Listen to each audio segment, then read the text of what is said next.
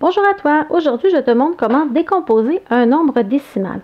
Tu vas voir, décomposer un nombre décimal, c'est un peu comme décomposer un nombre entier, un nombre naturel. La seule différence, c'est que tu vas devoir aussi décomposer la partie décimale, donc ça s'ajoute à la partie entière. Alors si je regarde mon nombre ici, j'ai 426 et 428 millièmes. J'ai ma partie entière ici que tu connais comment décomposer. Si tu t'en souviens pas comment décomposer une partie entière, tu peux bien sûr aller voir ma capsule qui en parle. Mais ici, j'ai un nombre décimal, donc je vais devoir décomposer la partie entière et aussi décomposer la partie décimale. Alors, ma décomposition va être un petit peu plus longue à faire, mais en y allant par étapes, tu vas voir, ça va t'aider. Alors, ce que je vais faire, je vais te montrer 4 exemples différents sur comment décomposer le nombre que tu vois et ensuite, je vais faire un exemple avec toi. Alors, à 426 et 428 millièmes, regarde bien, différents exemples pour le décomposer. Alors, je peux utiliser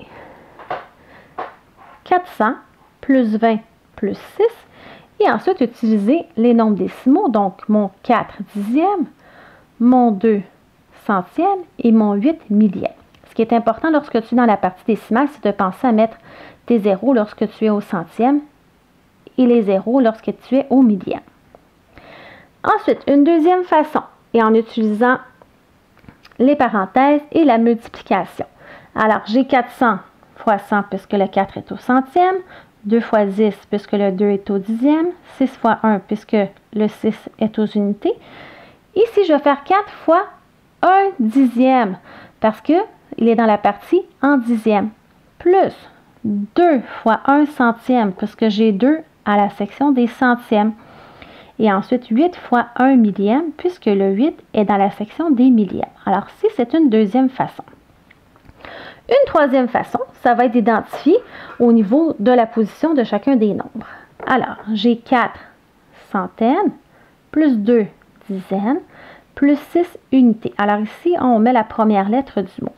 Quand on arrive dans la partie décimale, je te suggère de vraiment prendre le temps d'écrire le mot 4 dixièmes, plus 2 centièmes, plus 8 millièmes.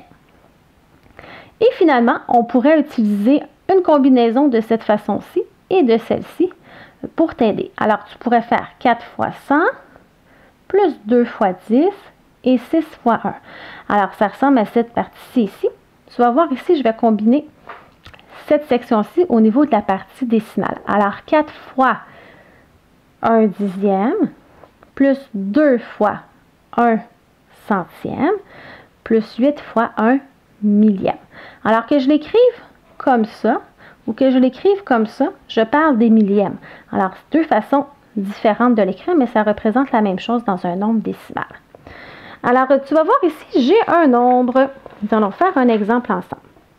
Alors, j'ai le nombre 58 et 25 centièmes. Donc, ce que je vais faire, c'est que je vais commencer par ma partie qui est entière et ensuite, je vais décomposer la partie qui est décimale. Alors, je vais y aller en utilisant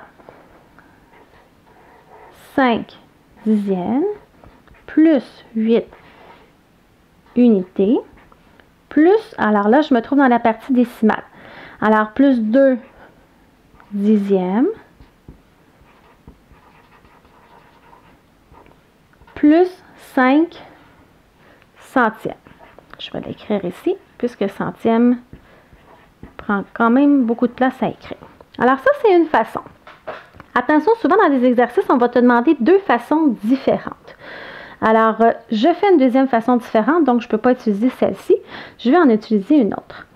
Alors, ce que je vais faire, tiens, je vais prendre mon 5. Je vais mettre donc 50, puisque ce sont des dizaines, plus 8. Plus, maintenant, je suis rendue dans la partie décimale, alors je vais faire 2, en fait, je vais faire 0,2, donc 2 dixièmes, plus 0,05, alors on va dire 5 centièmes, et j'ai mon nombre qui est donc complété. J'aurais pu faire d'autres façons aussi, alors si tu veux d'autres façons de les faire, je te suggère de regarder la vidéo. Au début, je t'ai montré 4 façons différentes de les faire. Alors ici, tu en as 2 différentes. Alors, ce qui est important, c'est que lorsque tu décomposes tes dixièmes, eh bien, tu as un chiffre après la virgule dans ta décomposition. Et quand tu es au centième, tu vas avoir 2 chiffres après la virgule dans ta décomposition.